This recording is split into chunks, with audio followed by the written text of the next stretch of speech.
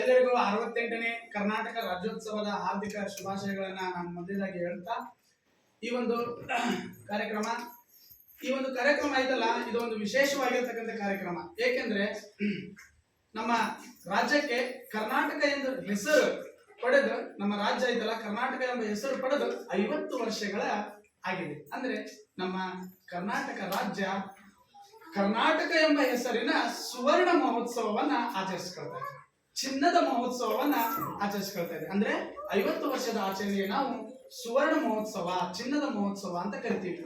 ಯಾವುದು? ಕರ್ನಾಟಕ ಎಂಬ ಹೆಸರನ್ನು ಪಡೆದು ಸುವರ್ಣ ಮಹೋತ್ಸವನ ಆಚರಿಸ್ಕೊಳ್ತಾ ಇದೀವಿ. ಆದ್ದರಿಂದ ಇವತ್ತಿನ ಆಚರಣೆ ಇದೆಲ್ಲ ವಿಶೇಷವಾಗಿರ್ತಕ್ಕಂಥ ಆಚರಣೆ. ಸರಿ, ಆಯ್ತು. ಹಾಗಾದ್ರೆ ಕರ್ನಾಟಕದವರು ನಾವು, ನಮ್ಮ ಭಾಷೆ ಕನ್ನಡ, ನಾವು ಕರ್ನಾಟಕದವರು ಅಂತ ಎಲ್ಲ ಹೇಳ್ಕೊಂತಿದ್ವಿ, ಹೌದಾ? ಹಾಗಾದ್ರೆ ನಮ್ಮ ಕರ್ನಾಟಕ ರಾಜ್ಯ ಹೇಗೆ ಉದಯವಾಯಿತು ಸರ್ ಎಲ್ಲ ಹೇಳಿದ್ದಾರೆ, ಸಂಕ್ಷಿಪ್ತವಾಗಿ ಎಲ್ಲ ಹೇಳಿದ್ದಾರೆ. ಆದ್ರೂ ಕೂಡ ನಾನು ಕೂಡ ನನ್ನದೇ ಆಗಿರ್ತಕ್ಕಂಥ ಮಾತುಗಳಲ್ಲಿ ನಿಮ್ಗೆ ಹೇಳಕ್ ಇಷ್ಟಪಡ್ತೀನಿ. ನಮ್ಮ ದೇಶ ಭಾರತಕ್ಕೆ ಸ್ವತಂತ್ರ ಸಿಕ್ಕ ನಂತರ ಸುಮಾರು ನಮ್ಮ ಭಾರತದೊಳಗೆ 562 ಸಂಸ್ಥಾನಗಳಿದ್ವು, ರಾಜ್ಯಗಳಿದ್ವು. ಅಂದ್ರೆ ನಮ್ಮ ಭಾರತ ಗಣರಾಜ್ಯವಾಗಬೇಕಾಯ್ತು. ಗಣರಾಜ್ಯ ಆಯ್ತು. ನಿನ್ನೆ ತಾನೇ ನಾವು ಒಂದು ಆಚರಣೆಯನ್ನು ಮಾಡಿದ್ವಿ. ಏನು? ಯಾವ ಆಚರಣೆ ಮಾಡಿದ್ವಿ? ರಾಷ್ಟ್ರೀಯ ಏಕತಾ ದಿನಾಚರಣೆ ಅಂತ ಆಚರಣೆ ಮಾಡಿದ್ವಿ. ರಾಷ್ಟ್ರೀಯ ಏಕತಾ ದಿನಾಚರಣೆಯನ್ನು ಯಾರಿಗೋಸ್ಕರ ಆಚರಣೆ ಮಾಡಿದ್ವಿ? ಪಟೇಲ್, ಭಾರತದ ಉಕ್ಕಿನ ಮನುಷ್ಯ ಸರ್ದಾರ್ ವಲ್ಲಭಾಯಿ ಪಟೇಲ್ ಅವರು ಏನ್ ಮಾಡಿದ್ರು ಅಂದ್ರೆ, ಭಾರತ ಸ್ವತಂತ್ರ ಸಿಕ್ಕ ನಂತರ ಭಾರತ ಏಕೀಕರಣವನ್ನಾಗಿ ಮಾಡಿದ್ರು. ಭಾರತ ಏಕೀಕರಣವಾಗಬೇಕು. ಕೆಲವೊಂದು ಸಂಸ್ಥಾನಗಳು ತಾವು ಸ್ವತಂತ್ರವಾಗಿ ಬಯಸ್ತಾ ಇದ್ದಾವೆ, ಕೆಲವೊಂದು ಸಂಸ್ಥಾನಗಳು ನಾನು ಜಮ್ಮು ಕಾಶ್ಮೀರಕ್ಕೆ ಸೇರ್ತಾನೆ ಅಂತ ಇಷ್ಟಪಡ್ತಾ ಇದೆ. ಅದಕ್ಕೆ ಹಂಗಾಗಬಾರ್ದು. ಆ ಸಂಸ್ಥಾನಗಳು ಕೂಡ ನಮ್ಮ ಭಾರತದೊಳಗೆ ವಿಲೀನ ಆಗ್ಬೇಕು, ಏಕೀಕರಣ ಆಗ್ಬೇಕು ಅಂತಂದು ಹೋರಾಟ ಮಾಡಿದ್ರು. ಭಾರತಕ್ಕೆ ಸ್ವತಂತ್ರ ಸಿಕ್ತು. ಸ್ವತಂತ್ರ ಸಿಕ್ಕ ನಂತರ ನಮ್ಮ ಭಾರತದಲ್ಲಿ ಅನೇಕ ಭಾಷೆಗಳನ್ನು ಮಾತನಾಡ್ತಕ್ಕಂತಹ ಪ್ರದೇಶಗಳಿದ್ವು. ಹಾಗಾದ್ರೆ ನಮ್ಮ ಭಾರತವನ್ನು ಅನೇಕ ರಾಜ್ಯಗಳನ್ನಾಗಿ ವಿಂಗಡಿಸಬೇಕಾಯಿತು, ಭಾಷಾವಾರು ಪ್ರಾಂತ್ಯಗಳನ್ನಾಗಿ ವಿಂಗಡಿಸಬೇಕಾಯಿತು. ಹಾಗಾದ್ರೆ ಕರ್ನಾಟಕದಲ್ಲಿ ಕನ್ನಡ ಭಾಷೆಯನ್ನು ಮಾತನಾಡ್ತಕ್ಕಂಥ ಜನರಿದ್ದಾರೆ. ಹಾಗೆ ಬೇರೆ ಬೇರೆ ಪ್ರದೇಶಗಳಲ್ಲಿ ಬೇರೆ ಬೇರೆ ಭಾಷೆಗಳನ್ನು ಮಾತನಾಡ್ತಕ್ಕಂಥ ಪ್ರದೇಶಗಳಿದ್ವು. ಆಯಾ ಪ್ರದೇಶಗಳ ನಾಯಕರು ನಮ್ಮ ಭಾಷೆಗಳನ್ನು ಮಾತನಾಡ್ತಕ್ಕಂಥ ಒಂದು ಪ್ರಾಂತ್ಯವನ್ನು ನಾವು ಸೃಷ್ಟಿ ಮಾಡ್ಕೊಳ್ಳೋಣ ಅಂತಂದು ಹೋರಾಟಗಳನ್ನು ಆರಂಭಿಸಿದರು. ಆ ಹೋರಾಟದ ಸಂದರ್ಭದಲ್ಲಿ ಮೊಟ್ಟ ಮೊದಲ ಬಾರಿಗೆ ಆಂಧ್ರ ಪ್ರದೇಶ ರಾಜ್ಯ 1952ರಲ್ಲಿ ಆಂಧ್ರ ಪ್ರದೇಶ ರಾಜ್ಯ ಐತಲ್ಲ, ನಮಗೆ ಭಾಷಾವಾರು ಪ್ರಾಂತ್ಯ ಆಗ್ಬೇಕು ಅಂತಂದು ಮೊಟ್ಟ ಮೊದಲ ಬಾರಿಗೆ ಅವರು ಹೋರಾಟಕ್ಕೆ ನಿಂತ್ಕೊಂಡ್ರು. ಪೊಟ್ಟಿ ಶ್ರೀರಾಮುಲು ಅಂತ ಬರ್ತಾರೆ. ಆ ಪೊಟ್ಟಿ ಶ್ರೀರಾಮುಲು ಅವರು ಸುಮಾರು ಅನೇಕ ದಿನಗಳ ಕಾಲ ಅಮರಣ ಅಂತ ಉಪವಾಸವನ್ನು ಕೈಗೊಂಡು ನಮ್ಮ ಆಂಧ್ರ ಪ್ರದೇಶ ರಾಜ್ಯವನ್ನಾಗಿ ಮಾಡಿದ್ರು. ಭಾರತದ ಮೊಟ್ಟ ಮೊದಲ ಭಾಷಾವಾರು ಪ್ರಾಂತ್ಯ ಆಂಧ್ರ ಪ್ರದೇಶ ಆಯಿತು. ತದನಂತರ ಇನ್ನು ಉಳಿದಂತಹ ಪ್ರಾಂತ್ಯಗಳಿಗೂ ಕೂಡ ನಾವು ಕೂಡ ನಮ್ಮ ಭಾಷೆಯ ಪ್ರಾಂತ್ಯವನ್ನು ಸೃಷ್ಟಿಸ್ಕೋಬೇಕಂತಂದು ಹೋರಾಟ ಮಾಡಿದ್ರು. ಆ ಮೊದಲ ಹೆಜ್ಜೆನೆ ಕರ್ನಾಟಕ ಏಕೀಕರಣ. ಆ ಕರ್ನಾಟಕ ಏಕೀಕರಣ ಚಳುವಳಿಯ ಪಿತಾಮಹ, ಕರ್ನಾಟಕ ಏಕೀಕರಣ ಚಳುವಳಿಯ ಪಿತೃ ಯಾರಂದ್ರೆ ಡೆಪ್ಯೂಟಿ ಚೆನ್ನಬಸಪ್ಪ. ಯಾರು? ಡೆಪ್ಯೂಟಿ ಚೆನ್ನಬಸಪ್ಪ ಅವರು ಮೊಟ್ಟ ಮೊದಲ ಬಾರಿಗೆ ಕರ್ನಾಟಕದ ಜನರು ಒಂದಾಗಬೇಕು, ಕನ್ನಡ ಭಾಷೆಯನ್ನು ಮಾತನಾಡ್ತಕ್ಕಂಥ ಜನರು ಒಂದಾಗಬೇಕಂತಂದು ಕನ್ನಡ ಶಾಲೆಗಳನ್ನ ತೆರೆದ್ರು. ಅವರೇ ಕರ್ನಾಟಕ ಏಕೀಕರಣ ಚಳವಳಿಯ ಪಿತಾಮಹರ. ತದನಂತರ ಅಲ್ಲಿ ಕನ್ನಡ ಪತ್ರಿಕೆಗಳನ್ನ ಸೃಷ್ಟಿ ಮಾಡಿದ್ರು, ಕನ್ನಡ ಸಾಹಿತ್ಯಗಳನ್ನ ಜನರಿಗೆ ಓದಾಕ ಹೇಳಿದ್ರು. ಅಂತಹ ಅತ್ಯಂತ ಪ್ರಸಿದ್ಧವಾಗಿರ್ತಕ್ಕಂಥ ಕನ್ನಡ ಸಾಹಿತ್ಯ ಕೃತಿ ಆ ಸಂದರ್ಭದಲ್ಲಿ ಆಯ್ತು. ಅದ್ಯಾವುದಂದ್ರೆ ಆಲೂರು ವೆಂಕಟರಾಯರವರ ಕರ್ನಾಟಕ ಗತ ವೈಭವವನ್ನ ಎಲ್ಲರಿಗೂ ಓದಾಕ ಹೇಳಿದ್ರು. ಆ ಆಲೂರು ವೆಂಕಟರಾಯರು ಅವರಲ್ಲ, ಕರ್ನಾಟಕ ಏಕೀಕರಣದಲ್ಲಿ ಪ್ರಮುಖವಾಗಿರ್ತಕ್ಕಂಥ ಪಾತ್ರವನ್ನು ವಹಿಸಿದ್ರು. ಅಷ್ಟೇ ಅಲ್ಲದೆ ಪಾಟೀಲ್ ಪುಟ್ಟಪ್ಪ, ಹೌದಾ, ಪಾಟೀಲ್ ಪುಟ್ಟಪ್ಪ ಅವರು ಕೂಡ ಕರ್ನಾಟಕ ಏಕೀಕರಣಕ್ಕಾಗಿ ತಮ್ಮದೇ ಆಗಿರ್ತಕ್ಕಂಥ ಪಾತ್ರವನ್ನು ನಿರ್ವಹಿಸಿದರು. ಈಗ ಅನೇಕ ಸಾಹಿತಿಗಳಿಂದಾಗಿ ನಮ್ಮ ಕರ್ನಾಟಕ ಏಕೀಕರಣವಾಯಿತು, ಕನ್ನಡ ಭಾಷೆಯನ್ನು ಮಾತನಾಡ್ತಕ್ಕಂಥ ಒಂದು ಪ್ರಾಂತ್ಯವಾಯಿತು. ಅದು ಯಾವಾಗಾಯಿತು? 1956 ನವೆಂಬರ್ 1ರಂದು ಕರ್ನಾಟಕ ಏಕೀಕರಣವಾಯಿತು. ಹಾಗಾದ್ರೆ ಸರ್ ನೀವು ಕರ್ನಾಟಕನೇ ಅಂತ ಹೇಳ್ತಿದ್ದೀರಾ, ಮತ್ತೆ ಹಿಂದೆ ಮೈಸೂರು ರಾಜ್ಯ ಅಂತ ಇತ್ತಂತಲ್ರಿ? ಅದು ಯಾಕಂದ್ರೆ ನಾವು ಹುಟ್ಟಿದ ಮೇಲೆ ನಾವು ಕರ್ನಾಟಕ ರಾಜ್ಯ ಅನ್ಕೊಂತ ಬಂದಿರ್ತೀವಿ. ಅದಕ್ಕೆ ಅದು ಭಾಷೆ ಒಳಗೆ ಕರ್ನಾಟಕ ಅನ್ನೋ ಪದ ಬರ್ತಾ ಇರುತ್ತೆ. ಹಾಗಾದ್ರೆ 1956ರಲ್ಲಿ ಅದು ನಮ್ಮ ಕರ್ನಾಟಕ ರಾಜ್ಯ ಐತಲ್ಲ, ಮೊಟ್ಟ ಮೊದಲನೇ ಹೆಸರು ಏನ್ ಪಡ್ಕೊಂತಂದ್ರೆ ಮೈಸೂರು ರಾಜ್ಯ ಅಂತ ಪಡ್ಕೊಂತು. ತದನಂತರ ಹಂಗಂದ್ರೆ ಮೈಸೂರು ರಾಜ್ಯ ಆದಾಗ ನಮ್ಮ ಕರ್ನಾಟಕ ಐತಲ್ಲ, ಮೈಸೂರು ರಾಜ್ಯ ಅಂತ ಉದಯವಾಯ್ತಲ್ಲ, ಅವಾಗಿದ್ದಂತ ಮುಖ್ಯಮಂತ್ರಿ ಯಾರಂದ್ರ ಚೆಂಗಲ್ ರಾಯ್ ರೆಡ್ಡಿ. ಯಾರು? ಚೆಂಗಲ್ ರಾಯ್ ರೆಡ್ಡಿ, KC ರೆಡ್ಡಿ ಅಂತ ಕರೀತಾರೆ. ಅವರನ್ನೇ ಕರ್ನಾಟಕದ ಮೊಟ್ಟ ಮೊದಲ ಮುಖ್ಯಮಂತ್ರಿ ಅಂತ ಕರೀತಾರೆ. ಆ ಸಂದರ್ಭದಲ್ಲಿ ಒಂದು ರಾಜ್ಯಪಾಲರು ಇದ್ರು. ಅವ್ರು ಯಾರಂದ್ರೆ ಜಯ ಚಾಮರಾಜ ಒಡೆಯರ್. ಅವರು ನಮ್ಮ ಕರ್ನಾಟಕದ ಮೊಟ್ಟ ಮೊದಲ ರಾಜ್ಯಪಾಲರಾಗಿದ್ರು. ನಂತರ ವಿಧಾನಸೌಧವನ್ನು ನಿರ್ಮಿಸಿದ್ರು. ವಿಧಾನಸೌಧ ನಿರ್ಮಾಣವಾದಾಗ ಇದ್ದಂತ ಮುಖ್ಯಮಂತ್ರಿ ಯಾರಿದ್ರು? ಕೆಂಗಲ್ ಹನುಮಂತಯ್ಯ ಅವರಿದ್ರು. ತದನಂತರ ಹಂಗೆ ಕರ್ನಾಟಕವನ್ನ ಅನೇಕ ಪಕ್ಷಗಳು ಭಾಗವಹಿಸಿ ಚುನಾವಣೆಯಲ್ಲಿ ಗೆದ್ದು ಸರ್ಕಾರವನ್ನ ಮುನ್ನಡೆಸ್ಕೊಂಡು ಹೋಗ್ತಾ ಇದ್ರು. ಹೌದಾ? ಆ ಸಂದರ್ಭದಲ್ಲಿ 1973 ನವೆಂಬರ್ 1ರಂದು ನಾವು ಸರ್ ಈಗಾಗಲೇ ಹೇಳಿದ್ರು, ಎಲ್ಲಾ ಭಾಷೆಗಳನ್ನ ಮಾತನಾಡ್ತಕ್ಕಂಥ ಒಂದು ಪ್ರಾಂತವನ್ನು ಸೃಷ್ಟಿಸಿಕೊಂಡಿದ್ದೀವಿ. ಕೇವಲ ಯಾವ್ದೋ ಒಂದು ಮೂಲೆಯಲ್ಲಿ ಇರ್ತಕ್ಕಂಥ ಒಂದು ಹೆಸರನ್ನ ಇಡೀ ಕರ್ನಾಟಕ ನಮ್ಮ ಪ್ರಾಂತಕ್ಕೆ ಇದು ಮಾಡೋದು ಬೇಡ, ಮೈಸೂರು ರಾಜ್ಯ ಅನ್ನೋದು ಬೇಡ, ಅದನ್ನ ನಾವು ಕರ್ನಾಟಕ ಎಂಬ ಹೆಸರನ್ನು ಕೊಡೋಣ ಅಂತಂದು ಡಿಸೈಡ್ ಮಾಡಿದ್ರು. ಅದು 1973ರಲ್ಲಿ 1973 ನವೆಂಬರ್ 1ರಂದು. ಆ ಸಂದರ್ಭದಲ್ಲಿ ನಾವು ರಾಜ್ಯೋತ್ಸವವನ್ನು ಆಚರಿಸುವ ಸಂದರ್ಭದಲ್ಲಿ ಡಿ ದೇವರಾಜ್ ಅರಸು ಅವರು ಮುಖ್ಯಮಂತ್ರಿ ಆಗಿದ್ದಾಗ ನಮ್ಮ ಮೈಸೂರು ರಾಜ್ಯಕ್ಕೆ ಕರ್ನಾಟಕ ರಾಜ್ಯ ಎಂಬ ಹೆಸರನ್ನ ಕೊಟ್ಟರು. ಹಾಗಾದ್ರೆ ನಮ್ಮ ರಾಜ್ಯಕ್ಕೆ ಕರ್ನಾಟಕ ಎಂಬ ಹೆಸರು ಇದ್ದಾಗ ಇದ್ದಂತಹ ಮುಖ್ಯಮಂತ್ರಿ ಯಾರಂದ್ರೆ ಡಿ ದೇವರಾಜ್ ಅರಸು ಅವರು. ಅಲ್ಲಿಂದ ನಾವು ಕನ್ನಡ ಭಾಷೆಯನ್ನ ಮಾತನಾಡ್ತಾ ನೀಟಾಗಿ ನಮ್ಮ ಕನ್ನಡ ಭಾಷೆಯ ಬಗ್ಗೆ ಅಭಿಮಾನವನ್ನ ಬೆಳೆಸ್ಕೊಳ್ತಾ ಬಂದ್ವಿ. ಇದು ನಿಮಗ್ ಗೊತ್ತಿರ್ಬೇಕು. ಹಾಗಾದ್ರೆ ನಮ್ಮ ಕನ್ನಡ ಭಾಷೆ ಮೊದಲ ಭಾಷೆ ಆಗೈತಿ, ತಾಯಿ ನುಡಿ ಆಗೈತಿ, ಮೊದಲ ನುಡಿ ಆಗೈತಿ, ಮಾತೃ ಭಾಷೆ ಆಗೈತಿ. ಹೌದಾ? ಸರ್ ಹೇಳಿದ್ರು ಆ ಕನ್ನಡ ಭಾಷೆ ಹೆಂಗೈತಂದ್ರೆ ಸುಲಿದ ಬಾಳೆಹಣ್ಣಿನಂತೆ. ಕನ್ನಡದ ಒಬ್ಬ ಅತ್ಯಂತ ಪ್ರಸಿದ್ಧ ಸಾಹಿತಿ ಆಗಿರ್ತಕ್ಕಂಥ ಮಹಲಿಂಗ ರಂಗ ಅವರು ಹೇಳ್ತಾರ, ಕನ್ನಡ ಭಾಷೆ ಸುಲಿದ ಬಾಳೆಹಣ್ಣಿನಂತೆ.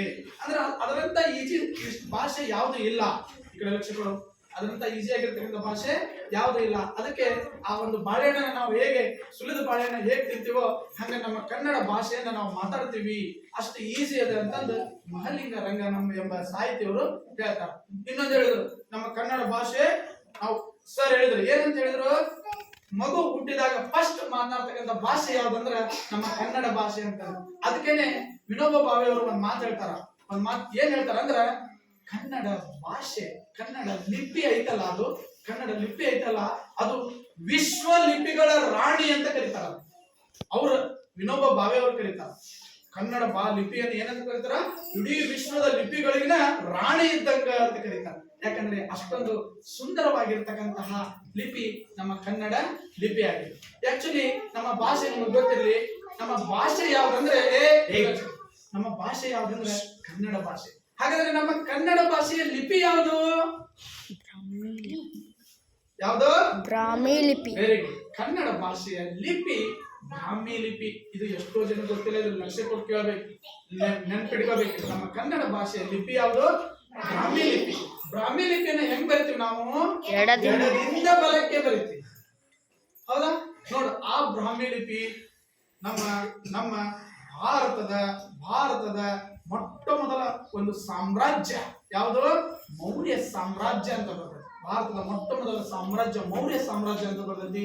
ಮೌರ್ಯ ಸಾಮ್ರಾಜ್ಯದ ಅತ್ಯಂತ ಪ್ರಸಿದ್ಧ ದೊರೆ ಆಗಿರ್ತಾರೆ. ಅತ್ಯಂತ ಪ್ರಸಿದ್ಧ ದೊರೆ ಯಾರು?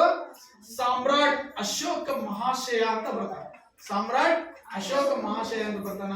ಅವನ್ನು ಬಳಸಿರ್ತಕ್ಕಂತಹ ಭಾಷೆ ಬ್ರಾಹ್ಮಿ. ಅಲ್ಲಿಂದ ನಮ್ಮ ಕನ್ನಡ ಭಾಷೆ ಆ ಬ್ರಾಹ್ಮಿ ಲಿಪಿ ಐತಲ್ಲ, ಅದು ಅನೇಕ ಸಾಮ್ರಾಜ್ಯಗಳು ಆಡಳಿತ ಮಾಡ್ತಾ ಆ ಭಾಷೆ ಬದಲಾವಣೆ ಆಗ್ತಾ ಅಷ್ಟೊಂದು ಸುಂದರವಾಗಿರ್ತಕ್ಕಂತಹ ಲಿಪಿ ಹೀಗಾಗಿ ಕ ಅನ್ನೋ ಅಕ್ಷರ ಈಗ ನಾವು ಸ್ಪಷ್ಟವಾಗಿ ಆಧುನಿಕ ಕನ್ನಡದಲ್ಲಿ ಕ ಅಂತ ಬರಿತಾ ಇದೀವಿ. ಆ ಕ ಅಂತ ಆಗಕ್ಕೆ ಅದು ಒಮ್ಮಿಂದೊಮ್ಮೆ ಆದಂತದ್ದಲ್ಲ. ಅದು ಅನೇಕ ರಾಜ್ಯಗಳು ಆಡಳಿತ ಮಾಡಿಕೊಂಡು ಹಳಗನ್ನಡ, ನಡುಗನ್ನಡ, ಹೊಸಗನ್ನಡ, ಆಧುನಿಕ ಕನ್ನಡ ಅಂತ ಬಂದು ಆ ಕನ್ನಡ ಭಾಷೆ ಆಗಿದೆ. ಅಂತಹ ಕನ್ನಡ ಭಾಷೆ ಅತ್ಯಂತ ಪ್ರಸಿದ್ಧವಾಗಿರ್ತಕ್ಕಂಥ ಭಾಷೆ ಐತಿ. ಆ ಭಾಷೆಯ ಬಗ್ಗೆ ನಾವೇನ್ ಮಾಡ್ಬೇಕು? ಅಭಿಮಾನವನ್ನ ಬೆಳೆಸ್ಕೊಳ್ಬೇಕು. ಸರಿ ಕೇಳಿ, ನಮ್ಮ ಸ್ವಭಾಷೆ ಇದು, ಹೌದಾ? ಆ ಭಾಷೆಯನ್ನು ನಾವು ಪ್ರೀತಿಸಬೇಕು, ಬೆಳೆಸಬೇಕು, ಅದನ್ನ ಅಭಿವೃದ್ಧಿ ಪಡಿಸಬೇಕು. ಹಂಗಂದ್ರೆ ನಾವು ಅನ್ಯ ಭಾಷೆಯನ್ನ ನಾವು ದ್ವೇಷಿಸ್ಬೇಕಾ? ಸರ್ ಹೇಳಿದ್ರು, ಅನ್ಯ ಭಾಷೆಯನ್ನ ನಾವು ದ್ವೇಷಿಸಬಾರದು. ಅದನ್ನು ಕೂಡ ನಾವೇನ್ ಮಾಡ್ಬೇಕು? ಗೌರವಿಸ್ಬೇಕು. ಯಾಕಂದ್ರೆ ನೀನ್ ಕನ್ನಡ ಮಾತಾಡಿದ್ರೆ ನಿಮ್ ರಾಜ್ಯದಾಗ ಮಾತ್ರ, ನೀನ್ ಕನ್ನಡ ಮಾತಾಡಿದ್ರೆ ನಿಮ್ ರಾಜ್ಯದಾಗ ಮಾತ್ರ, ನೀ ಹಿಂದಿ ರಾಷ್ಟ್ರೀಯ ಭಾಷೆ ಹಿಂದಿ ಮಾತಾಡಿದ್ರೆ ಅದು ನಿನ್ ದೇಶದಾಗ ಮಾತ್ರ. ಆದ್ರೆ ನೀ ಇಂಗ್ಲಿಷ್ ಮಾತಾಡಿದ್ರೆ ಇಡೀ ಜಗತ್ನಾಗನ ಬದುಕಬಲ್ಲಿ, ಎಲ್ಲಾ ಕಡೆನೂ ಹೋಗ್ಬಲ್ಲಿ, ನಿರರ್ಗಳವಾಗಿ ಮಾತನಾಡಬಲ್ಲಿ. ಅದಕ್ಕೆ ಬೇರೆ ಭಾಷೆಗಳು ಕೂಡ ನಮಗ್ ಬೇಕು. ಆದ್ದರಿಂದ ನಾವು ಸ್ವಭಾಷೆಯನ್ನ ಪ್ರೀತಿಸ್ಬೇಕು, ಬೇರೆ ಭಾಷೆಯನ್ನು ಕೂಡ ಗೌರವಿಸಬೇಕು. ಗೊತ್ತಾಯ್ತಾ? ಆದ್ದರಿಂದಲೇ ನೋಡ್ರಿ, ನಮ್ಮ ಭಾರತೀಯ ನೋಟಿನೊಳಗೆ ಕನ್ನಡ ಭಾಷೆಯ ಸ್ಥಾನ ಎಷ್ಟನೇಗೈತಿ? 4ನೇಗೈತಿ. ನೋಡಿ, ಕನ್ನಡ ಭಾಷೆ ನಮ್ಮ ಭಾರತೀಯ ನೋಟಿನಲ್ಲಿ ಕೂಡ ನಮ್ಮ ಕನ್ನಡ ಭಾಷೆ ಐತಿ. ನೋಡಿ, ಭಾರತದ ಸಂವಿಧಾನ, ನಮ್ಮ ಸಂವಿಧಾನದೊಳಗೂ ಕೂಡ 22 ಅಧಿಕೃತ ಭಾಷೆಗಳದು. ಆ 22 ಅಧಿಕೃತ ಭಾಷೆಗಳಲ್ಲಿ ಕೂಡ ನಮ್ಮ ಕನ್ನಡ ಭಾಷೆ ಐತಿ. ಯಾಕೆ? ಆ ಕನ್ನಡ ಭಾಷೆಗೆ ಅಷ್ಟು ಮಹತ್ವವಾಗಿರ್ತಕ್ಕಂಥ ಸ್ಥಾನ ಐತಿ. ಯಾಕಂದ್ರೆ ನಮ್ಮ ಕನ್ನಡ ಭಾಷೆ ಐತಲ್ಲ ಸುಮಾರು 2000 ವರ್ಷಗಳಿಂದ ಇತಿಹಾಸವನ್ನು ಪಡ್ಕೊಂಡಿರ್ತಕ್ಕಂಥ ಭಾಷೆ. ಅಷ್ಟೊಂದು ಸುದೀರ್ಘವಾಗಿರ್ತಕ್ಕಂಥ ಇತಿಹಾಸವನ್ನು ಹೊಂದಿರತಕ್ಕಂಥ ಭಾಷೆ. ಅದಕ್ಕೇನೆ ಕನ್ನಡ ಭಾಷೆಗೆ ಶಾಸ್ತ್ರೀಯ ಸ್ಥಾನಮಾನದ ಭಾಷೆ ಅಂತಂದು ಬಿರುದು ಪಟ್ಟರು. 2008ರಲ್ಲಿ ಕನ್ನಡ ಭಾಷೆಗೆ ಶಾಸ್ತ್ರೀಯ ಸ್ಥಾನಮಾನದ ಭಾಷೆ ಅಂತ ಬಿರುದು ಪಟ್ಟರು. ಮೊದಲು ಕೊಟ್ಟಿದ್ದು ತಮಿಳು ಭಾಷೆಗೆ, ಆಮೇಲೆ ಕೊಟ್ಟಿದ್ದು ಸಂಸ್ಕೃತ ಭಾಷೆಗೆ, ಆಮೇಲೆ ಕೊಟ್ಟಿದ್ದು ಕನ್ನಡ ಭಾಷೆಗೆ 2008ರಲ್ಲಿ ಕೊಟ್ಟರು. ತದನಂತರ ಯಾವುದು ತೆಲುಗು ಭಾಷೆಯನ್ನು ಕೊಟ್ಟರು. ನಂತರ ಒಡಿಯಾ ಭಾಷೆ ಕೊಟ್ಟರು. ಹಿಂಗ ಈ ಕನ್ನಡ ಭಾಷೆ ಅತ್ಯಂತ ಪ್ರಮುಖ ಸ್ಥಾನವನ್ನು ಹೊಂದಿರತಕ್ಕಂತ ಭಾಷೆ ಆಗೈತಿ. ಆ ಭಾಷೆಯನ್ನು ನಾವೇನ್ ಮಾಡೋಣ? ಪ್ರೀತಿಸೋಣ, ಬೆಳೆಸೋಣ. ಗೊತ್ತಾಯ್ತಾ? ನೋಡ್ರಿ, ಈಗ ಇತ್ತೀಚೆಗೆ ಅಲ್ಲ, ಬಹಳ ವರ್ಷಗಳಿಂದಲೇ 1960ರ ದಶಕದಿಂದಲೇ ನಮಗೆ ನಮ್ಮ ಕನ್ನಡ ಭಾಷೆಗೂ ಸೇರಿ 22 ಭಾಷೆಗಳಿಗೆ ಜ್ಞಾನಪೀಠ ಪ್ರಶಸ್ತಿಯನ್ನು ಕೊಡ್ತಾ ಇದ್ದಾರೆ. ಎಷ್ಟು ಭಾಷೆಗಳಿಗೆ? 22 ಭಾಷೆಗಳಿಗೆ ಜ್ಞಾನಪೀಠ ಪ್ರಶಸ್ತಿ ಕೊಡ್ತಾ ಇದ್ದಾರೆ. ಹಂಗೆ ನಮ್ಮ ಕರ್ನಾಟಕದವರು 8 ಸಾಹಿತಿಗಳು ಜ್ಞಾನಪೀಠ ಪ್ರಶಸ್ತಿಯನ್ನ ಪಡ್ಕೊಂಡಿದ್ದಾರೆ. ಅವರೆಲ್ಲ ಸುಮ್ನೆ ಪಡ್ಕೊಂಡಿದ್ದಲ್ಲ, ಅವರ ಕೃತಿಗಳನ್ನ ಓದ್ರಿ ನಿಮಗೆ ಎಷ್ಟು ಕೆಲವು ಕೃತಿ ಕೊಟ್ಟಿದ್ದಾರೆ, ಕೆಲವೊಂದಿಷ್ಟು ಸಾಹಿತ್ಯ ಕೊಟ್ಟಿದ್ದಾರೆ. ಅವೆಲ್ಲವುಗಳನ್ನ ಜನತೆಗೆ ತಿಳಿಸೋಣ. ಗೊತ್ತಾಯ್ತಾ? ಇದಿಷ್ಟು ಕನ್ನಡ ಭಾಷೆಯ ಬಗ್ಗೆ. ಗೊತ್ತಾಯ್ತಾ? ಈ ಕನ್ನಡ ಭಾಷೆ ನಾವು ಇವತ್ತಿನ ದಿನ ಗೌರವಿಸ. ಇವತ್ತು ಒಂದು ಚಾಲೆಂಜ್ ನಿಮಗೆ. ಇವತ್ತು ಒಂದು ದಿನ ನಾವು ಯಾವ ಇಂಗ್ಲಿಷ್ ಭಾಷೆಯನ್ನು ಬಳಸಲ್ಲ, ಹಿಂದಿ ಭಾಷೆಯನ್ನು ಬಳಸಲ್ಲ, ಇತರ ಅನ್ಯ ಭಾಷೆಗಳನ್ನು ಬಳಸಲ್ಲ. ಇವತ್ತು ಒಂದು ದಿನ ಮುಂಜಾನೆ ಸಾಯಂಕಾಲವರೆಗೂ ನಾನು ಒಂದೇ ಒಂದು ಕನ್ನಡ ಭಾಷೆಯನ್ನು ಬಿಟ್ಟು ಬೇರೆ ಯಾವುದೇ ಭಾಷೆಯನ್ನು ಒಂದೇ ಒಂದು ಪದಾನು ಬಳಸಲ್ಲ ಅಂತ ಒಂದು ದೃಢ ನಿರ್ಧಾರ ಮಾಡಿ ಕೇವಲ ಕನ್ನಡ ಭಾಷೆಯನ್ನ ಬಳಸಿ ನೀವು ಮಾತನಾಡಿ ನೋಡೋಣ. ಚಾಲೆಂಜ್. ಮಾತಾಡ್ತೀರಾ?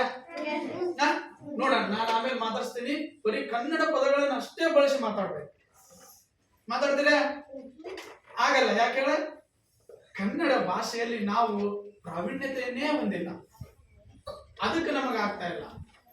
ಯಾಕಂದ್ರೆ ಅನೇಕ ಭಾಷೆಗಳು ವಿಲೀನ ಆಗಿ ನಮ್ಮ ಕನ್ನಡ ಭಾಷೆ ಏನಾಗೈತಿ? ಸಿಕ್ಕಂಡು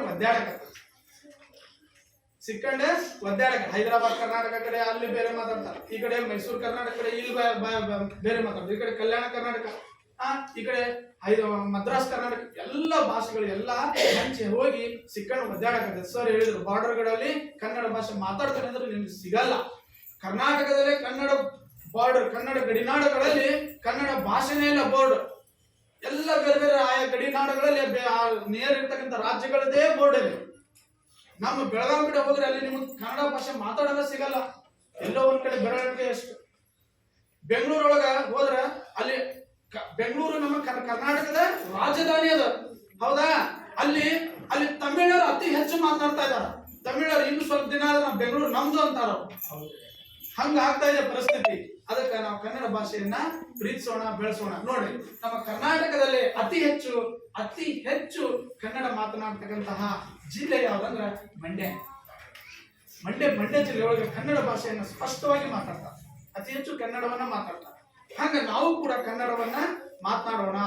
ನಾವು ಸ್ಪರ್ಧಾತ್ಮಕ ಪರೀಕ್ಷೆಗಳ ದೃಷ್ಟಿಯಿಂದ ನಾವು ಬೇರೆ ಭಾಷೆಗಳನ್ನ ಮತ್ತು ನಾವು ಟ್ರಾವೆಲಿಂಗ್ ಮಾಡೋ ದೃಷ್ಟಿಯಿಂದ ಬೇರೆ ಭಾಷೆಗಳನ್ನ ಕಲಿಯೋಣ. ಆದ್ರೆ ನಮ್ಮ ಭಾಷೆಯನ್ನ ಯಾವತ್ತೂ ನಾವು ಬಿಟ್ಕೊಡ್ಬಾರ್ದು.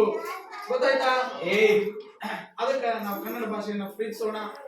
ಇವತ್ತಿನ ದಿನ ಅದರ ಬಗ್ಗೆ ಅರಿವು ಮೂಡಿಸಿಕೊಳ್ಳೋಣ ಅನ್ನೋ ಮಾತನ್ನ ಹೇಳ್ತಾ ನಾನು ಒಂದೆರಡು ಮಾತುಗಳನ್ನ ಮುಗಿಸುತ್ತೇನೆ.